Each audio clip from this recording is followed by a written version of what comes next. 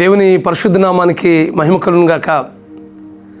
ఈరోజు ఓ ఫోటోడే వాక్య సందేశంలోనికి మిమ్మల్ని అందరినీ ప్రేమపూర్వకంగా ఆహ్వానిస్తున్నాను. ఈ సందేశాలు ఉంటున్న మీ అందరికీ మన ప్రభువును మన రక్షణకర్త అయిన యేసుక్రీస్తు ప్రభు వారి అత్యున్నతమైన నామంలో లైఫ్ చర్చ్ వైజాగ్ నుంచి మీకు శుభములు తెలియజేస్తా ఉన్నాను. యెహోషువ గ్రంథం 3వ అధ్యాయం 7వ వచనం చదువుకుందాం. అప్పుడు యెహోవా యెహోషువతో ఇట్లనెను, నేను మోషేకు తోడయుండునట్లు నీకును తోడయుందునని ఇశ్రాయేలు అందరూ ఎరిగినట్లు నేడు వారి కన్నుల ఎదుట నేను గొప్ప చేయ మొదలుపెట్టుదును. మళ్ళా చదువుతున్నాను. అప్పుడు యెహోవా యెహోషువతో ఇట్లనెను, నేను మోషేకు తోడయుండునట్లు నీకును తోడయుందునని ఇశ్రాయేలీయులందరూ ఎరిగినట్లు నేడు వారి కన్నుల ఎదుట నిన్ను గొప్ప చేయ మొదలుపెట్టుదును. చదవబడిన వాక్య భాగంలో మనం గమనించినప్పుడు నేడు వారి కన్నుల ఎదుట నేను గొప్ప చేయదును అని దేవుడు వాగ్దానం చేస్తున్నాడు. ఎప్పుడునంటే నీకు నేను తోడుగా ఉంటాను, నువ్వేం భయపడద్దు యెహోషువ. ఎందుకంటే మోషే నాయకత్వంలో ఇశ్రాయేలు ప్రజల్ని దేవుడు అద్భుతంగా నడిపించాడు. మోషే చనిపోయిన తర్వాత ఈ బాధ్యతలు యెహోషువ తీసుకున్నాడు. దేవుడు బలపరుస్తూ మాట్లాడుతున్నాడు యెహోషువతో,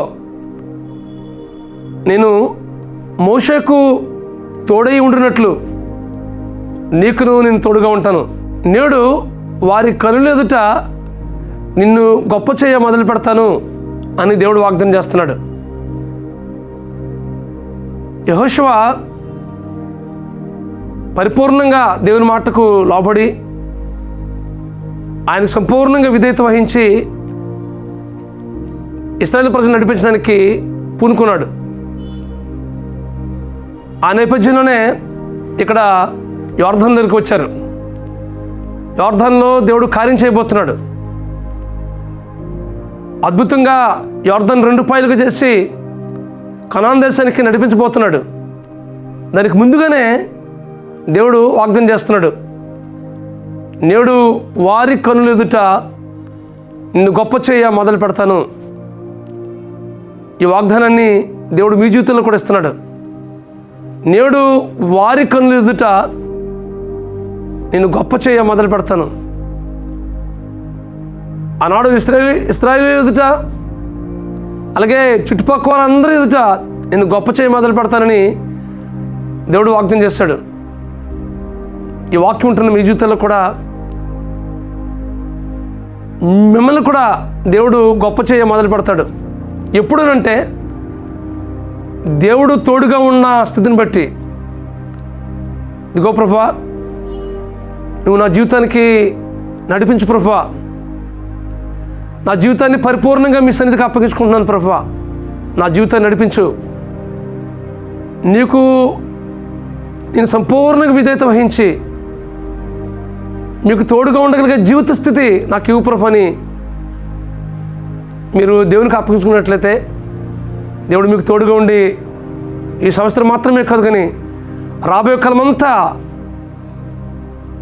ఏ రంగంలో అయితే దేవుడు మీకు అప్పగించాడు ఆ రంగంలో గొప్ప చేయ మొదలు పెడతాడు. ప్రతి పనిని మీరు నమ్మకంగా జరిగి వస్తున్నప్పుడు ఆ చోట మీకు గొప్ప చేయ మొదలు పెడతాడు. మన జీవితంలో దేవుడికి మనకు అప్పగించిన పనిని మనం నమ్మకంగా నిర్వర్తిస్తున్నప్పుడు అది ఏదైనా కావచ్చు. ఒకవేళ అది కుటుంబ బాధ్యత కావచ్చు, ఉద్యోగం కావచ్చు, విద్యారంగం కావచ్చు, ఏదైనప్పటికీ దేవుడు అప్పగించుకున్న ఆ బాధ్యతల్ని మనం సక్రమంగా నిర్వర్తిస్తున్నప్పుడు దేవుడు తోడుగా ఉండి దేవుడు నిన్ను గొప్ప చేయ మొదలు పెడతాడు. కాబట్టి మన జీవితాన్ని పరిపూర్ణంగా దేవుని అప్పగించుకున్నప్పుడు దేవుడు మన జీవితంలో కార్యం చేస్తాడు. కాబట్టి మన జీవితంలో కూడా గొప్ప చేయ మొదలు పెట్టాలని ఆశపడుతున్నాడు ఆయన. ఘనతను మనకివ్వాలని ఆశపడుతున్నాడు ఆయన. మన జీవితంలో ప్రతి రంగంలో దేవుడు మహింపరచబడాలని ఇష్టపడుతున్నాడు. అయితే పరిపూర్ణంగా దేవునికి అప్పగిద్దామా మన జీవితాన్ని? ఆయన మార్గాల గుండా నడవడానికి మన జీవితాన్ని పరిపూర్ణంగా సమర్పిద్దాం. ఆయన ఆజ్ఞలకు విధేయులమై బ్రతుకుదాం.